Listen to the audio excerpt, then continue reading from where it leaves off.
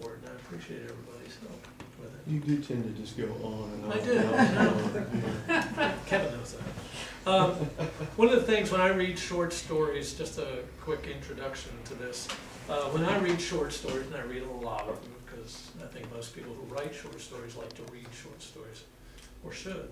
And when I read anthologies, a lot of anthologies, some of them will, even on websites, after the story is over, they give the bio of the author, of course, but then some of them will put a little blurb by the author saying what was the inspiration for the story, or where, where did this story come from?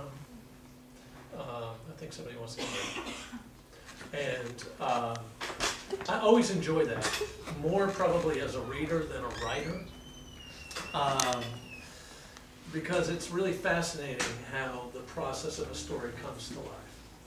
And this particular story that I'm about to read, come on in, that I'm about to read, came to life because of the collision of two things that occurred at the same time. This story, I started writing this story in the summer of 2005. And at that time, many of you who know me personally know I have a pretty strong affection for the music of a certain musician. That's Justin Bieber. Lady Gaga? Justin Bieber. Justin Bieber. Actually, Bruce Springsteen. And he had just released an album called Devils and Dust, and on that album was a song, which I love all the songs, Bruce Springsteen could sing the phone book and I would buy it. But he has a song on that album called Jesus Was an Only Son. And that song, I love that song. It to me is it's a beautiful song. It's a very sweet song. Because the story in the song is about Jesus on the day before he's about to be crucified. And it's the relationship he has with his mother, with Mary. But it's the human Jesus. It's not the divine Jesus.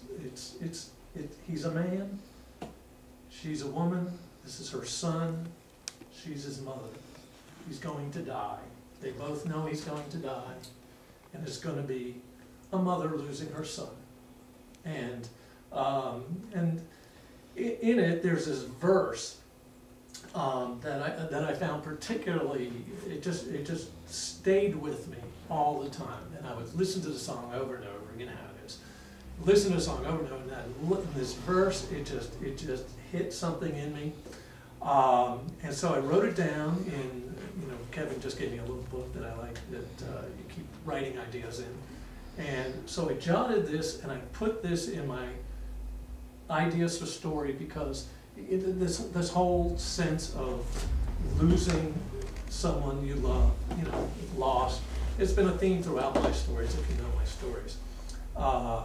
And I thought, I want to write a story. This is a story that I want to write.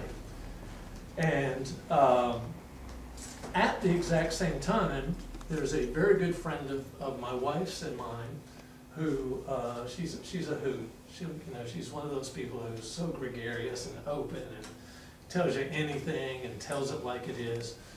And she had a hysterectomy. And she was telling us about her hysterectomy, in great detail. And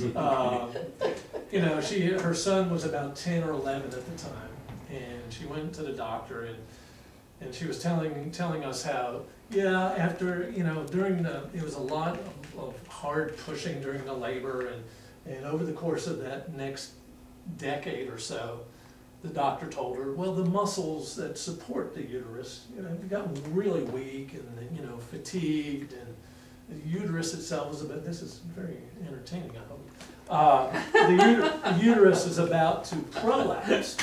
So he had recommended a hysterectomy, so we laughed and talked about this, and I said, did they give it to you to take home? And, because you get bladder stones or kidney stones, they'll send them home with you. And, so I joked, did they put them in a jar and like to take them home? And then I went, okay.